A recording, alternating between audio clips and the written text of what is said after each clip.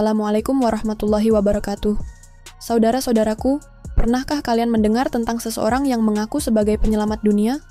Seseorang yang disebut-sebut sebagai pemimpin spiritual, namun akhirnya menyeret ribuan pengikutnya ke dalam jurang kebingungan dan kesesatan. Hari ini, kita akan menelusuri kisah seorang pria yang namanya mengguncang dunia Yahudi pada abad ke-17, seorang yang diyakini sebagai Al-Masih oleh para pengikutnya, tetapi akhirnya tunduk pada tekanan dunia. Ia adalah Sabbatai Zevi, seorang yang lahir dalam lingkungan Yahudi, tumbuh sebagai seorang rabbi, namun akhirnya memilih jalan yang mengejutkan dunia. Tahun 1666, sebuah tahun yang dianggap penuh tanda-tanda oleh sebagian orang. Tahun itu, Sabbatai Zevi mendeklarasikan dirinya sebagai Mesiah, seorang penyelamat yang telah lama dinantikan oleh kaum Yahudi di diaspora. Berita itu menyebar bagaikan api di padang ilalang. Dari Eropa hingga Timur Tengah, para pengikutnya mulai mempersiapkan diri untuk apa yang mereka yakini sebagai pembebasan. Namun, saudara-saudaraku, tidak semua yang bersinar adalah emas. Tidak semua yang berbicara lantang membawa kebenaran. Ketika ia tiba di Istanbul, pusat kekuasaan Kesultanan Utsmaniyah, rencananya terhenti. Para pejabat kekhalifahan melihat gerak-geriknya, dan mereka tidak tinggal diam.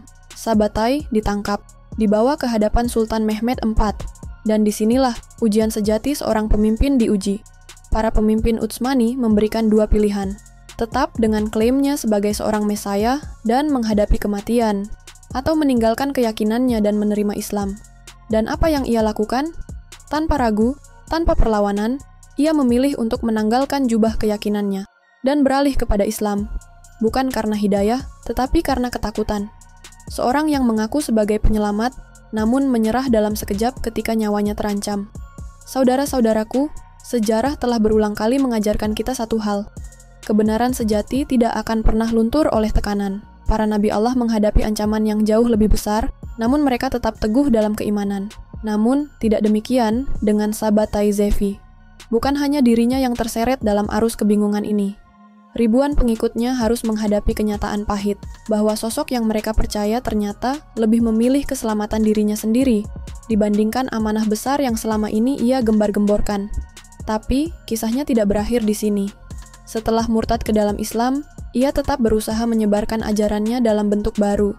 Ia memimpin sebuah sekte rahasia yang disebut Donmeh, orang-orang yang berpura-pura menjadi Muslim, tetapi di dalam hati, tetap memegang kepercayaan mereka yang terdahulu. Donmeh, mereka yang menyembunyikan wajah di balik dua topeng. Mereka menjalankan ritual tersembunyi. Di hadapan dunia, mereka tampak sebagai Muslim, tetapi di balik tirai gelap, mereka menghidupkan ajaran-ajaran lama Sabbatai. Saudara-saudaraku, tidakkah ini mengingatkan kita akan sesuatu? Bukankah Al-Quran telah memperingatkan kita tentang kaum munafik?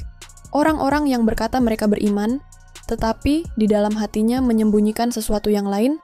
Mereka ingin menipu Allah dan orang-orang yang beriman, padahal mereka hanya menipu diri sendiri tanpa mereka sadari. QS Al-Baqarah ayat 9. Donmeh tidak sekadar menjadi gerakan kecil.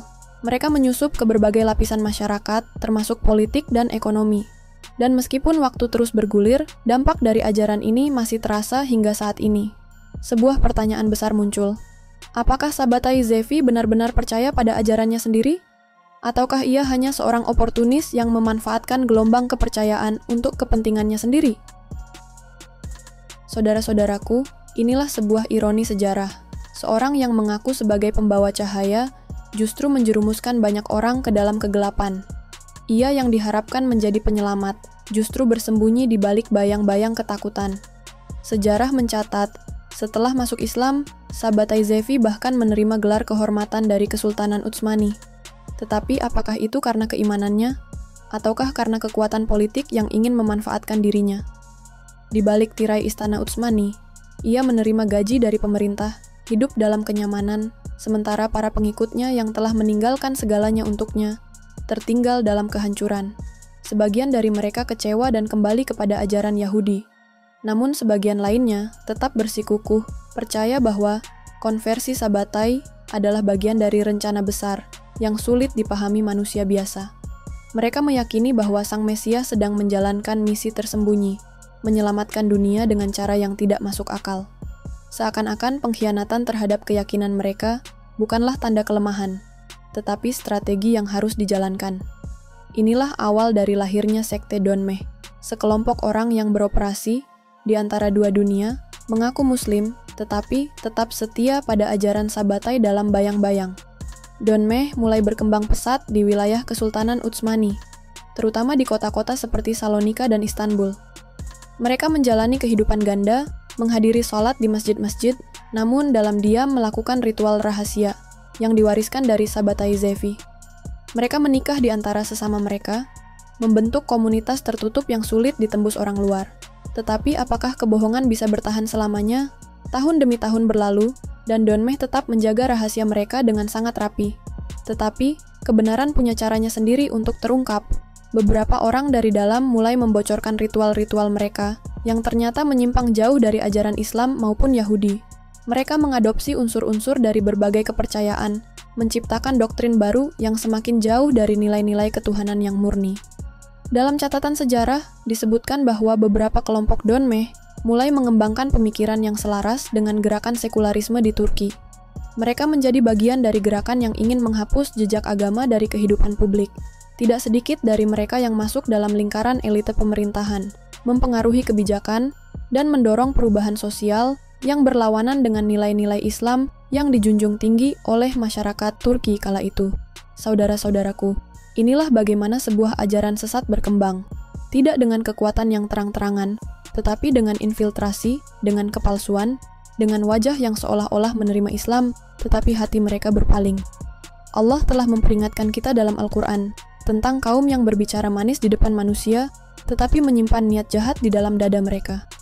Allah berfirman dalam surah Al-Baqarah ayat 10, dalam hati mereka ada penyakit, lalu Allah menambah penyakit mereka, dan bagi mereka siksa yang pedih disebabkan mereka berdusta. Inilah hakikat orang-orang yang menyembunyikan keimanan palsu, yang mempermainkan agama demi kepentingan duniawi mereka. Donmeh adalah bukti nyata bagaimana kemunafikan bisa bertahan dalam generasi demi generasi. Namun, tidak semua orang tertipu. Dalam dunia Islam, ada ulama dan cendekiawan yang sejak awal telah mencurigai ajaran ini. Para pemimpin umat berupaya memperingatkan kaum muslimin untuk berhati-hati terhadap tipu daya ini. Mereka meneliti gerakan Donmeh, mencari tahu siapa yang berada di balik layar, dan bagaimana mereka menyebarkan pengaruhnya. Tetapi perlawanan terhadap kemunafikan tidak selalu mudah. Ada masa di mana orang-orang yang mengungkap keberadaan Donmeh dianggap sebagai penyebar fitnah. Mereka yang mencoba membongkar kebohongan ini justru mendapatkan tekanan dari berbagai pihak. Sejarah membuktikan bahwa kebenaran seringkali harus menghadapi berbagai tantangan sebelum akhirnya diterima oleh umat. Tetapi, Islam mengajarkan kita untuk tetap teguh, untuk tidak mudah percaya pada sesuatu sebelum menyelidikinya dengan seksama. Saudara-saudaraku, kisah Sabbatai Zevi dan para pengikutnya adalah pelajaran besar bagi kita semua. Ini bukan sekadar kisah sejarah, tetapi sebuah cerminan tentang bagaimana keimanan yang lemah bisa menggiring seseorang ke dalam jurang kesesatan, bagaimana sebuah kebohongan bisa berkembang menjadi jaringan yang begitu luas, dan bagaimana satu keputusan yang didasarkan pada kepentingan duniawi bisa membawa kehancuran yang panjang. Sejak awal, Islam telah mengingatkan kita untuk selalu berhati-hati terhadap fitnah. Kita telah melihat bagaimana banyak kelompok di masa lalu yang berpaling dari ajaran tauhid dan menciptakan jalan mereka sendiri. Mereka mungkin memiliki pengikut, mereka mungkin memiliki kekuatan, tetapi pada akhirnya mereka akan binasa. Sejarah telah menjadi saksi bahwa tidak ada kebohongan yang bisa bertahan selamanya. Sabbatai Zevi meninggal dalam keterasingan. Di masa-masa akhirnya, ia tidak lagi dipandang sebagai pemimpin besar, tetapi sebagai sosok yang kehilangan arah, seorang yang tersesat dalam jalannya sendiri. Ia berpindah dari satu tempat ke tempat lain, tetapi tidak ada tempat yang benar-benar menerimanya. Ia ingin menjadi penyelamat, tetapi pada akhirnya, Ia tidak bisa menyelamatkan dirinya sendiri. Namun, pengaruhnya tetap bertahan. Sekte Donmeh terus ada bahkan hingga abad ke-20. Di Turki modern, mereka masih disebut-sebut sebagai kelompok yang memiliki pengaruh dalam berbagai aspek kehidupan. Ada yang berpendapat bahwa mereka telah benar-benar berasimilasi dengan masyarakat, tetapi ada pula yang percaya bahwa mereka masih menjaga identitas rahasianya. Tetapi, apapun yang mereka lakukan, mereka tidak bisa mengubah satu kenyataan, bahwa kebenaran akan selalu menang. Bahwa kebohongan, seberapapun rapi dan kuatnya, pada akhirnya akan terbongkar. Allah telah berjanji dalam Al-Quran, dan katakanlah, yang benar telah datang, dan yang batil telah lenyap. Sungguh, yang batil itu pasti lenyap. QS Al-Isra ayat 81. Maka, pelajaran apa yang bisa kita ambil dari kisah ini? Yang pertama, bahwa keimanan yang sejati tidak akan mudah goyah. Jika seseorang benar-benar yakin dengan kebenaran, ia tidak akan menjualnya demi keselamatan duniawi. Para nabi Allah telah memberikan teladan bahwa ujian terbesar dalam kehidupan adalah tetap teguh di jalan yang lurus. Yang kedua, bahwa musuh Islam tidak selalu datang dalam bentuk yang terang-terangan. Ada yang datang dengan wajah bersahabat, dengan kata-kata manis, tetapi di dalam hatinya ada niat tersembunyi. Oleh karena itu, kita harus memiliki ilmu, harus selalu waspada, dan tidak mudah tertipu oleh kepura-puraan. Dan yang ketiga, bahwa hanya Islam yang membawa kebenaran hakiki. Bahwa tidak ada jalan keselamatan selain jalan yang telah ditunjukkan oleh Allah dan Rasul-Nya. Mereka yang menyimpang, yang mencari jalan alternatif, pada akhirnya akan tersesat. Maka, saudara-saudaraku, marilah kita tetap berpegang teguh pada Islam. Mari kita jaga akidah kita. Jangan mudah terpengaruh oleh mereka yang datang dengan ajakan-ajakan yang tampak menarik, tetapi sejatinya penuh tipu daya. Karena sesungguhnya, Allah telah memberikan kita petunjuk yang jelas. Semoga kita semua selalu dalam lindungannya, dijauhkan dari kesesatan, dan diberikan kekuatan untuk tetap berada di jalan yang benar.